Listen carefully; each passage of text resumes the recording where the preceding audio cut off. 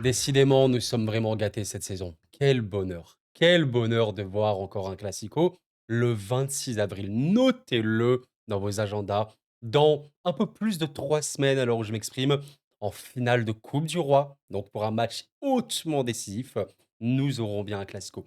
Je suis tellement heureux de vous retrouver aujourd'hui pour parler du Barça et du Real. J'en ai pas trop parlé ces derniers temps sur la chaîne. Bon, il y avait la trêve internationale, là, il y a eu la reprise. On en reparle sans aucun problème, les gars. J'espère que vous êtes très contents. N'hésitez pas à me le faire, à me le faire savoir, tout simplement, en commentaire, et cetera. Et si vous êtes nouveau, je vous invite à vous abonner sans aucun problème. On parle bien évidemment de ces clubs-là, du football européen et du football français sur cette chaîne. Mais le Barça et le Real, 2 clubs immenses du monde du football, qui aujourd'hui ont des situations très, très, voilà, particulières, on va dire. Je sais pas trop comment j'ai titré cette vidéo, mais j'ai déjà envie de poser cette question-là.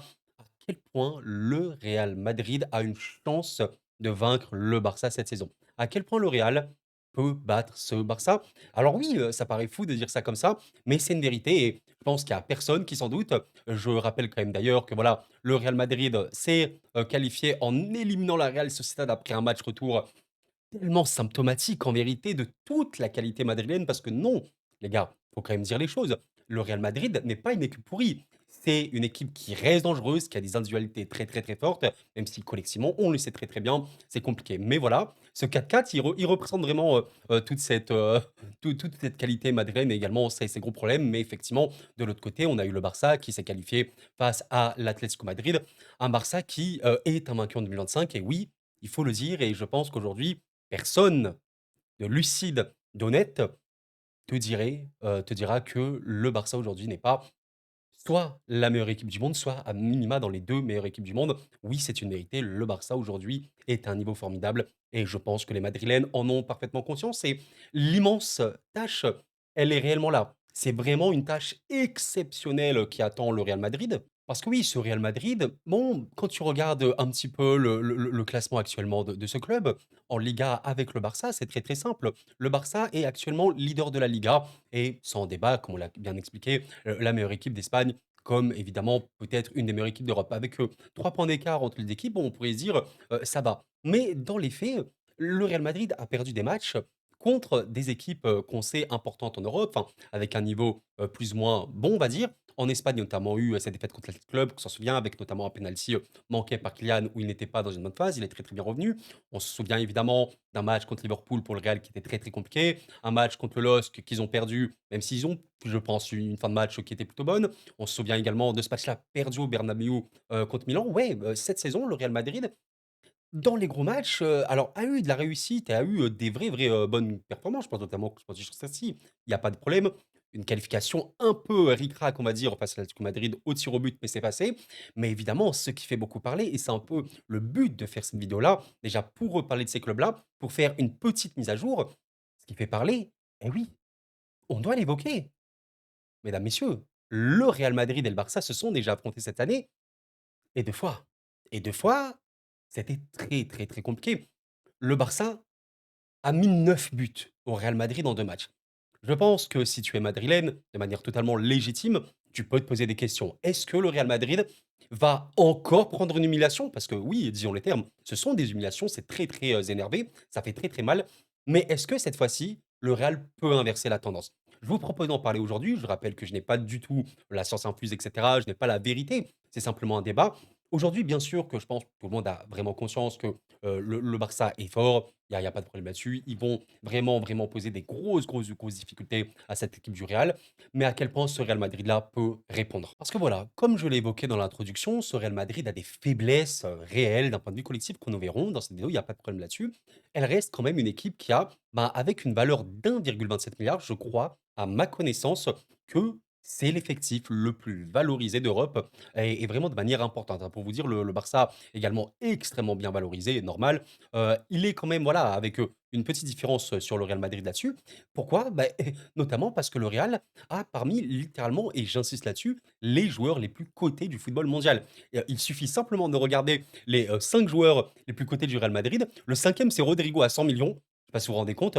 Valverde, bon, on est obligé d'évoquer lui parce qu'il va être tellement crucial pour la réussite du Real en cette fin de saison, 130 millions. Kylian Mbappé, 170, Bellingham, 180 et Vini à 200 millions. Je sais pas si vous vous rendez compte, ce sont des chiffres absolument absurdes. Alors on me dira: «Oui, mais Koro, voilà, c'est les chiffres, Transfermarkt, c'est pas la réalité pure et dure». J'entends, ça indique aussi des dynamiques tout simplement et le Barça évidemment a des joueurs, de fous furieux. Bon, bah, je vous laisse regarder, simplement également le top 5. Il y a beaucoup, beaucoup de jeunesse, on le sait bien. On a Pedri coté à 120 millions. Pedri qui, on peut le dire, sans trop de débat, est largement un des meilleurs joueurs du monde actuellement, alors qu'il a 22 ans. Exceptionnel, qui est monté voilà, à sa cote à 120 millions, il pourrait vraiment monter. Et un joueur, je pense qu'on est obligé d'en parler, qui a 17 ans et qui est littéralement coté à 480 millions d'euros. Voilà, on en est où? Mais la différence, on le sait bien, c'est au niveau du collectif. Le Real Madrid peut répondre sur un terrain de football parce qu'ils ont des joueurs d'élite individuellement, notamment un secteur offensif. Bon, voilà, là les joueurs ne sont pas classés par poste, mais on peut les classer par poste si vous voulez. Je vous laisse quand même regarder le secteur offensif du Real Madrid. Avoir Bellingham qui, voilà, clairement est offensif, Vini, Rodrigo, bon, Arda, voilà, on sait qu'il joue pas trop, mais il reste très, très talentueux. Hendrick, évidemment aussi, Brahim et Kylian Mbappé. Le secteur offensif est formidable. Il y a absolument pas de problème là-dessus. Ils peuvent répondre sur ça. Le Real Madrid peut répondre sur ça. Maintenant, on va quand même illustrer ça avec des images dans cette vidéo. Je vais, je pense commencer par vous illustrer, certaines actions, du Barça, notamment, bah, voilà, ceci, c'était le but, que je vais vous montrer face à l'Atlético Madrid, qui a eu lieu, ben, hier, hein, littéralement, enfin hier, là où je m'exprime, en Coupe du Roi. Le Barça, leur qualité, principale et ce qu'ils font et ce qui fait que c'est peut-être la meilleure équipe du monde, c'est que c'est une équipe de pression qui ne lâche jamais ses efforts du début à la fin et qui, avec le ballon, sait à peu près tout faire. Grâce à qui notamment? Ben, grâce à des passeurs formidables. Quand tu as simplement Pedri et Lamine Yamal dans ton équipe, au niveau de la passe, tu es servi en voiture. Voilà, c'est tellement des joueurs d'élite, élite. Là, vraiment, il n'y a même pas de débat là-dessus. C'est extrêmement compliqué pour les défenses adverses de résister sur ce genre, contre ce genre de séquence de jeu.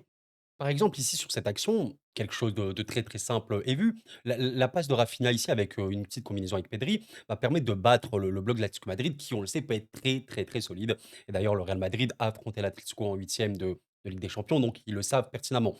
Ici, à un moment, il y a pas de situation claire et nette. Là, bon, OK, Lamine Yamal va avoir le ballon, on verra est-ce qu'il va percuter, machin ou quoi, mais le talent est tellement important quand vous avez des joueurs, alors là, j'ai un peu trop passé, mais quand vous avez un joueur, comme Lamine, alors il y a Ferran ici qui fait un très, très bon appel. Il y a pas de problème là-dessus, il faut faire l'appel, mais un joueur qui arrive avec ces joueurs-là devant lui, à trouver un ballon complètement entre les joueurs et qui casse littéralement tout le bloc adverse. Qu'est-ce que vous voulez faire? C'est ça. Ça, c'est le Barça. Trop d'actions qui, d'un point de vue de la passe, bah, des fois tu te dis: «Qu'est-ce que tu veux faire?» C'est vraiment, vraiment, vraiment très, très fort et regardez ici, la simple passe de Lamine, la «simple» entre guillemets, hein, parce que la passe, niveau exécution, il faut vraiment, vraiment bien la doser, arriver à avoir la pression nécessaire pour tout passer. Elle te permet d'avoir ce genre de situation. Vous vous rendez compte, hein? De base, il y a pas, d'action, de fou ni rien. Il y a juste une passe de Rafinha pour Lamine, pas non plus le bloc, de l'Atlético ultra déséquilibré, mais la passe de Lamine permet de tout casser et Ferran va terminer l'action ici. Ça, c'est vraiment, vraiment les séquences individuelles qui, en plus de toute la qualité de collectif, de combinaison, de contre-pression et cetera du Barça, qui est super, super compliqué à gérer, pour les adversaires, absolument. Je dois vous montrer cette action qui n'a pas fini au fond des cages pour le Barça, mais qui était sincèrement magnifique, contre, bah, du coup, encore une fois, l'Atlético, qui était, bah, juste après le but, hein, vraiment 30e minute. Donc on sait que le Barça, mais ça c'est aussi comme le Real Madrid, on le verra après. Le Real Madrid comme le Barça savent très, très bien attaquer les espaces. On le sait, voilà, le Real a des points faibles qu'on évoquera après, mais en qualité, quand tu vas laisser des espaces aux joueurs du Real Madrid, quand tu vas leur laisser pourquoi pas contrer, normalement, ils vont s'amuser. Bon, bah, le Barça, c'est évidemment pareil. Ici, regardez simplement la passe De Jong qui revient à un excellent niveau. On parle énormément de Pedri, à juste titre. De Jong est exceptionnel également. De Jong ici, voilà, la transmission, elle va être parfaite, hein, très, très bonne pour Lamine. Regardez un petit peu, il y a vraiment une phase de contre très, très dangereuse ici pour le Barça. Et en fait, c'est ça, je suis désolé pour la qualité de l'écran, j'ai pas malheureusement trouvé mieux. Bon, on va quand même essayer de trouver un peu mieux là, c'est dégueulasse. OK, j'ai réussi à trouver mieux. Je disais juste un truc avant, c'est que, le Barça, par rapport, au Real Madrid, c'est que dans les phases de jeu, Pour attaquer, ils savent tout faire. Je considère que le Real Madrid, parfois dans les combinaisons, ça peut un peu pêcher, notamment contre les blocs bas, ça peut être un peu compliqué. Mais disons que le Barça, vraiment, sait tout faire offensivement parlant. Disons que surtout, le Real Madrid, ils sont extrêmement forts offensivement quand il y a beaucoup, beaucoup d'espace. Ici, en tout cas, voilà, la passe de De Jong pour Lamine, elle est bonne. Lamine, il va instantanément tenter le dribble, percuter un petit peu bah, ici sur Ronaldo. Il va vraiment, vraiment bien réussir à percer une fois, deux fois. Enfin, il va vraiment, vraiment faire beaucoup de dégâts. C'est voilà, c'est net. Et là, il y a un énorme, énorme, énorme danger côté Atletico. Tu as vraiment du danger de partout. Bon, tu as Ferran qui a fait l'appel, qui n'a pas été servi. Tu as Pedri, regardez Pedri, joueur à la passe qui est formidable, qui voudrait, je pense, marquer plus. Je pense que Pedri commence à marquer plus. Bon, il deviendra complètement hors norme parce qu'il y a des situations où tu dis Pedri pourrait marquer. C'est ça qui est beau, c'est que le football, aucune équipe n'est infaillible, aucune équipe est parfaite, évidemment. Et ce Barça, comme toutes les autres équipes, a une marge de progression. Ici, Lamine Yamal, donc après tout ce qu'il a fait, va transmettre à Pedri. C'est magnifique. Là, honnêtement, je pense que même si vous êtes catalan, vous le pensez à ce moment-là, Pedri doit tirer. Pedri doit vraiment tirer à ce moment-là. Il est tellement bien placé. Il va tenter voilà, petite talonnade, c'est beau, geste technique qu'on connaît bien. Pour Rafinha, Rafinha, bah, il a quand même un ballon extrêmement dangereux ici, c'est une vérité. Rafinha, il va tenter une feinte, ça va passer. Et après, qu'est-ce qu'il va faire? Il va se retourner. Enfin, tu vois, c'est un peu bizarre. Donc, il y a un petit cafouillage, mais il y avait tellement de possibilités, hein. Pedri aurait pu tirer. Ferran là peut être servi. Alors, qu'est-ce qu'il va faire au final, Rafinha ici? Il va se retourner. Situation, c'est même pas des situations de but à ce niveau-là. C'est laisse tomber. Ça cafouille un petit peu. L'Atlético essaie de défendre comme ils peuvent, hein. Ça, c'est très, très, très compliqué. Le ballon va être tiré, contré, et le ballon va revenir sur la mine et il va la tirer un petit peu en trop en hauteur. Il y a des gâchets. Je pense que dans les faits, alors il faudrait revoir les stats, la data notamment.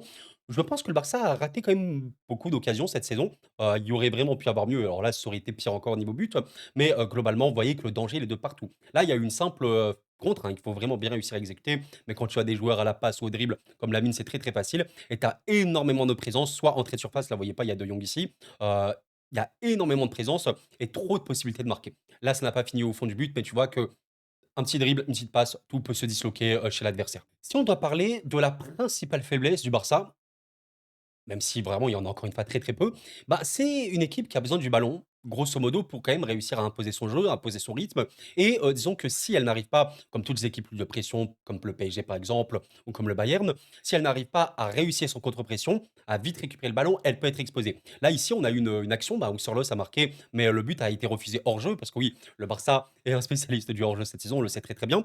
Mais il y a des failles. Regardez ici, il y a un bloc quand même qui est très, très haut pour le Barça. Il y a une récupération ici de l'Atlético Madrid. Ici, Sorlos est certes hors jeu totalement, mais il y a quand même une vraie, vraie, vraie possibilité. Disons que si tu arrives, c'est toute la difficulté, hein, mais si tu arrives à avoir des attaquants qui ne sont pas hors jeu, tu peux vraiment exploiter la vitesse, la profondeur dans cette équipe-là. Et ici, vous avez par exemple, il y a Sorloth, je suis encore une fois désolé pour la qualité, mais qui va aller au but et qui va marquer hors jeu. Voilà, ça peut être une des faiblesses de ce Barça-là.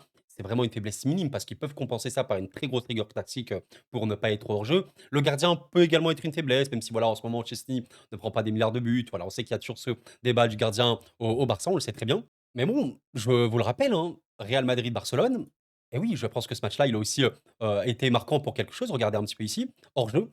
Il y a eu un hors-jeu pour le Barça, il y en a eu 12. 12 pour le Real Madrid. On se souvient bah, notamment, je ne sais pas si on a le chiffre ici, je vais essayer de check. Mais voilà, on a notamment eu hors-jeu, 8 hors-jeu pour Kylian Mbappé, qui a souvent eu des situations dangereuse, honnêtement, dans le dos de la défense catalane, mais il était hors jeu. Et oui, forcément, c'est à risque, on le sait, le jeu du Barça est à risque et je suis pas en train de vous dire, voilà, le Barça est strictement invincible, machin, et cetera. Certes, ils ont une qualité offensive démentielle. Si le hors-jeu ne passe pas, ouais, tu peux marquer des buts. Le Barça qui se prend des buts, c'est pas choquant. Qui se prend 2 buts, même 3 buts par moment. Le truc, c'est qu'eux, ils peuvent t'en mettre 4, 5, même 6, 7. J'ai arrivé cette saison, 7 buts, hein, je pense que c'est déjà arrivé. Donc, vous voyez un peu l'idée. C'est un jeu très plaisant, forcément, parce que c'est vraiment, vraiment un jeu à risque. Le football, c'est de la prise de risque et ils le font vraiment très, très bien. On va évidemment parler du Real Madrid, évoquer les qualités, faiblesses de cette équipe-là. On va notamment d'abord commencer par les qualités. Donc, j'évoquais pour le Barça une qualité globale. Je vous ai pas tout montré, évidemment, sur la vidéo tirée 1 heure, hein, mais le Barça, c'est à peu près tout faire, collectivement parlant et offensivement parlant. Le Real Madrid est vraiment, vraiment une équipe qui est verticale pour attaquer. C'est une équipe qui, plus elle est dans la construction, personnellement, j'aime pas. On a déjà vu des matchs très, très, très stériles du Real qui est là, qui tâtonne un petit peu. Non, c'est vraiment une équipe qui a le ballon, qui va chercher la verticalité, qui va percuter, qui va passer très, très loin. Ici, Vinicius, je vous montre le match qu'il y a eu contre la Real Sociedad, que j'ai trouvé un très bon Vinicius, honnêtement. Ça fait plaisir quand même de le revoir à un niveau qui est bon parce qu'on sait, voilà, côté Real, Je vais pas dire on est en train, voilà, de remettre en question son statut, restons quand même sérieux, mais il ne vit pas non plus, je pense, sa meilleure saison au Real. Il a fait un très, très bon match, hein, ici contre la Real. Il y a une récupération, du Real Madrid ici. Voilà, Vinicius est plutôt bas sur le terrain par rapport au bloc adverse. La passe, elle est ici, de Vini. La passe est ici. Alors voilà, vous voyez pas trop le ballon, mais il fait la passe ici, Vinicius, elle est exceptionnelle. La qualité individuelle, encore une fois, des 2 équipes, elle est dingue. On ne peut pas dire que le Real Madrid n'a pas de bons joueurs. C'est pas possible, parce qu'individuellement, on est sur l'élite du football. Il y a pas de débat là-dessus, comme certains joueurs du Barça qui sont dans l'élite, élite, élite. La passe de Vinicius ici du milieu de terrain, elle est exceptionnelle pour Hendrick. Hendrick a joué titulaire, regardez, l'appel est super bon, la pointe de vitesse d'Hendrick, elle est super bonne. Petit lob, magnifique. Voilà, ça, c'était le Real Madrid. C'est pas forcément des actions longues de construction. Il y en a, je pense, eu cette saison, mais disons que côté Barça, on a déjà vu des phases de séquences de possession de 2 minutes, même parfois 3 minutes, comme d'autres équipes un peu de style comme le Bayern ou le PSG, qui finissaient en but. Généralement, les buts du Real, c'est: tu as le ballon, je vais chercher devant et je vais marquer parce que je suis juste un peu trop fort individuellement pour l'adversaire. Et on l'a vu énormément. Il n'y a pas de problème du tout là-dessus. Pour moi, vraiment, il y a pas de débat, vraiment. Je vais encore vous montrer une action qui représente tellement ce qu'est ce Real Madrid. Là, on est sur le deuxième but du Real face à la Real Sociedad, alors qu'ils perdaient 3-1 à 10 minutes de la fin, donc c'était très, très chaud. Ici, il y a, encore une fois, d'un point de vue collectif, il y a rien. Il y a juste un dégagement, enfin un dégagement, une relance du gardien. Modric, hein, il me semble, ou Kamavinga, ouais, je crois que c'est Modric, hein, qui va donner le ballon à Vinicius ici, mais bon, il est dos au but et rien. Mais retenez, vous avez compris maintenant la chose. Real Madrid, individualité de fou furieux, individualité de fou furieux. Vinicius ici, la plupart des joueurs, voilà, on va dire lambda de championnat, bon, seraient plutôt dans le contrôle, où ils vont chercher la faute, où ils vont faire une remise, ou repasser derrière. Bah ici, Vini, il a le ballon, il fait une feinte de corps magnifique, petit pont, et il prend de vitesse complètement. Ça, c'est quoi? Action pure individuelle de giga talent. Évidemment, c'est le Real. Il y a une énorme situation, forcément. Un des meilleurs trucs dans le football, c'est battre son vis-à-vis. Tu bats ton vis-à-vis, tu bats le joueur avec qui tu en duel, tu as des situations de fou. Bah là, regardez un petit peu, voilà, Vini peut monter, monter, monter, monter, percuter, se retrouver intérieur, vraiment dans la surface de réparation. Et là, on parlait donc de la qualité individuelle du Real, bah, c'est très très simple. Kamavinga est ici, Kylian Mbappé, entrée de surface, Bellingham, surface, point de penalty. Et côté droit, je crois que c'est Rodrigo, peut-être Henrik. Vous voyez un peu le délire. Je crois que je n'ai pas besoin de trop expliquer. Et là, encore une fois, bah, très très simple. Vinicius est entré, il a réussi à passer le défenseur, il va trouver une magnifique passe pour Bellingham, point de penalty, il reprend, il y a but. Bah voilà, c'est le Real Madrid. Et oui, bien sûr, le Real Madrid peut marquer comme ça contre le Barça. Bah, d'ailleurs, en Supercoupe, ils ont remarqué deux buts qui, bah, je crois, étaient après. Alors, un contre, je crois, celui de Kylian Mbappé, et le deuxième, je l'ai plus en tête, mais une action, peut-être qu'il y a eu quelques situations comme ça de verticalité. J'ai le ballon, je vais chercher le tout droit, le tout droit, le tout droit. C'est, le Real et oui, on ne peut pas dire que le Real est inoffensif, dans cette position-là parce que c'est pas possible.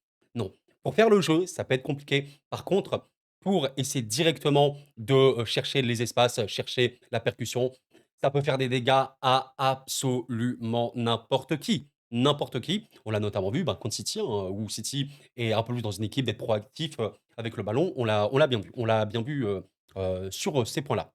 Bon, évidemment, je suis obligé de vous illustrer les faiblesses du Real Madrid. Il y en a plusieurs et grosso modo, ce que je peux lui dire vis-à-vis du Barça, c'est une équipe, le Barça est une équipe de pression. Si la pression est battue, comme toutes ces équipes, c'est pas spécifique au Barça, si la pression est battue, elle va avoir du mal défensivement parce qu'elle défend ensemble. Donc si la pression est battue, c'est terminé.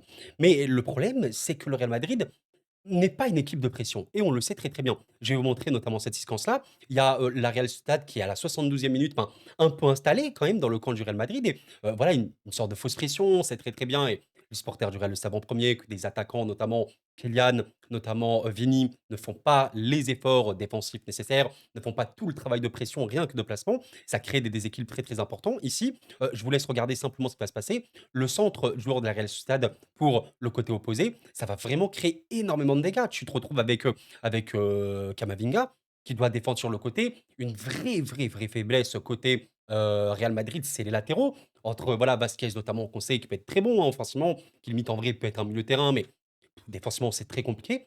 Tu peux percuter une fois, deux fois, trois fois, limite regarder où va le joueur de la Real. Le ballon est dégagé un peu en catastrophe par voilà, Bellingham. On voit que la science du placement ici, c'est très compliqué. Tu peux pas avoir deux joueurs du Real à la bas, Bellingham comme ça. C'est récupéré par la Real Stade, mais regardez l'alignement. 1, 2, 3, 4, 5, 6 joueurs du Real Madrid ici, sur la ligne de 6 un peu bizarre, mais où est la structure? Vous avez une structure ici? Non, vous n'en avez pas. Il y a 6 joueurs du Real ici, dans une toute petite zone, dont 5 dans la zone du gardien de Lounine et vous avez, 3 joueurs du Real Madrid ici et Mbappé, on le voit même pas sur l'écran. Peut-être qu'il est ici, je j'arrive pas trop à voir, mais voyez un peu le délire. Ici, il a tout le temps de, contrôler. Je pensais limite qu'il allait faire une passe en retrait. Mais non, il va retenter de percuter parce que Camavinga était très, très en difficulté défensivement sur ce match-là, mais c'est pas on sait un rôle défensif, on le sait.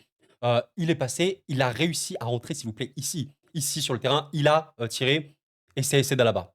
C'est d'Alaba, c'est dur. C'est vraiment très, très dur. En fait, si le Real Madrid simplement savait presser, je vais pas dire comme le Barça ou quoi, comme voilà des équipes d'élite de pression, mais au moins presser avec intensité, ce serait beaucoup plus simple. Mais on a tellement de séquences où le Real ne presse pas. C'est très, très, très, très dur. Et c'est pour ça qu'un joueur, bah, que je vais vous montrer, comme, je vais essayer de le retrouver. Voilà, l'attaque. Un joueur extrêmement crucial pour le Real Madrid. Si ce n'est le joueur le plus important de cette équipe-là, on a vraiment parlé voilà, de leur valeur marchande exceptionnelle, on a parlé des joueurs les plus cotés et tout. Bah, il y a le quatrième joueur le plus coté de cette équipe-là qui est extrêmement important, c'est Federico Valverde. Je pense qu'aujourd'hui au Real Madrid, si tu demandes aux supporters du Real, je ne suis pas supporter du Real évidemment, mais quel est le joueur le plus important de ton équipe? Bah, peut-être que beaucoup vont te répondre Valverde. Et c'est une vérité. Alors je pense que sa cote voilà, n'a cessé de croître, hein. Il était à 100 millions en 2022, il était l'année dernière à 100, 120 millions, et là il a 130 millions. C'est normal, c'est un des meilleurs joueurs du monde. Et en fait, c'est surtout le couteau suisse ultime du Real Madrid. Ce mec-là peut tout faire. Latéral, il est performant. Milieu, il est performant. Attaquant, enfin, il est tout. Mais il compense énormément pour les autres. C'est un peu comme Bellingham, où il a vraiment un système compliqué pour le Real Madrid, où il compense beaucoup. Mais Valverde, c'est abusé. Un monde sans Valverde, c'est clairement vraiment impossible. C'est vraiment impossible pour, ce Real Madrid d'exister, on le sait très, très bien. Mais bon, voilà, en tout cas, vis-à-vis des compositions des 2 équipes, lors de ce match-là, je vous laisse regarder un peu, les compos de part et d'autre. C'était relativement, similaire pour les 2. Dans l'absolu, ce que j'aimerais dire pour conclure cette vidéo, parce que voilà, je vois, elle dure, elle dure, elle traîne. En vrai, on en reparlera les gars en live. Je fais souvent des lives où vous pouvez me retrouver et vous pouvez me poser vos questions vis-à-vis de tout ça. Moi, la conclusion que j'ai, elle est pas, voilà, scientifique ni rien. Enfin, scientifique, ça veut vraiment rien dire, mais elle est pas, paranormale. Aujourd'hui, le football, c'est quoi? Le football, ça a toujours été comme ça, ce sont des collectifs. Quand vous avez un collectif abouti et fort, vous serez plus fort que l'adversaire. Ceci ne veut pas forcément dire que vous allez toujours gagner. Exemple très, très bête, le Barça, cette saison, a perdu des matchs, certes. Je vais vous montrer un match qu'ils ont perdu notamment, bah, ce match-là. Le Barça a perdu ce match-là contre l'Atlético Madrid. Collectivement, le Barça était bien, bien meilleur, mais ils l'ont perdu. Voilà, c'est très simple. Regardez, notamment au niveau des stats, hein, 7 tirs cadrés, 7 grosses occasions, beaucoup, beaucoup de déchets à la finition entre autres. Je crois que, voilà, Oblak avait fait un match notamment très bon. Pedri a marqué un très beau but. Je pense qu'honnêtement, ce match-là, tu un minimum honnête, le Barça était meilleur, mais ils ont perdu. C'est ça le football. C'est pas parce que tu es meilleur que tu gagnes tout le temps. Et sans, voilà, insulter ni Real Madrid, les supporters du Real seront assez d'accord pour dire que, bah, il y a ça arrivait dans l'histoire, du Real de récemment, qu'il y avait des matchs où ils étaient pas si fous, mais ils se sont qualifiés et ils les ont remportés ce match-là. Donc aujourd'hui, il y a pas de débat pour moi. Oui, le Barça est plus fort que le Real Madrid. Maintenant, est-ce que le Real va encore perdre? On en reparlera, c'est dans 3 semaines, je pense, vraiment, on en reparlera sans aucun problème. Mais aujourd'hui, je suis pas dans dans la plus grosse confiance pour le Real Madrid. Forcément, la chose peut-être qui a changé, si je puis dire, entre, voilà, bah, ce match-là, en tout début de saison, hein, 26 octobre quand même, ça date et ce match, non pas lui, je vais le retrouver. Voilà, ce match-là, bah, du tout début d'année, hein, du 12 janvier, peut-être la chose qui a changé, c'est, bah, mine de rien, on est obligé de l'évoquer, une forme de Kylian Mbappé qui est meilleure. Kylian Mbappé est honnêtement bien, bien, bien, bien meilleur aujourd'hui, au Real Madrid qu'au début de saison, où il est, vraiment dans les mouvements les plus intéressants de cette équipe-là et en fait, je suis en train de me dire un truc, est-ce que nous n'aurons pas pour ce match-là, qui est une finale de Coupe du Roi, je le rappelle, un Real Madrid qui est beaucoup plus en fait dans l'idée de, je vais défendre bas et cette fois-ci dans ce match-là, je vais être compact, vraiment, vraiment très compact, empêcher le Barça de trop, trop développer son jeu, mettre une forte intensité, donc voilà, un peu renier, le football quoi, du Real Madrid et à la récupération, bah, vraiment chercher énormément de verticalité, énormément de contre et peut-être avoir la qualité suffisante pour battre la pression du Barça. C'est la question que je me pose. Peut-être que c'est le schéma qui peut être imaginé. Maintenant, oui, c'est vrai qu'à l'instant T, nous verrons aussi s'il y a des blessures, s'il y a des absences importantes de part et d'autre. Ça peut vraiment évidemment être important. Mais là, actuellement, ouais, j'imagine, je peux imaginer évidemment le Barça remporter cette Coupe du Roi. Imaginez aussi le Real Madrid perd 3 fois de suite face au Barça cette saison, ce serait fou, hein, quand même, ce serait fou. Mais le football. Moi, de toute façon, j'aime le foot, hein. Tout ce que je souhaite, et je nous souhaite collectivement un bon match et un grand match de football et voilà, j'ai très, très, très hâte de voir. Oh là là, ça va être, magnifique. Je crois en plus, voilà, ça va être à Séville.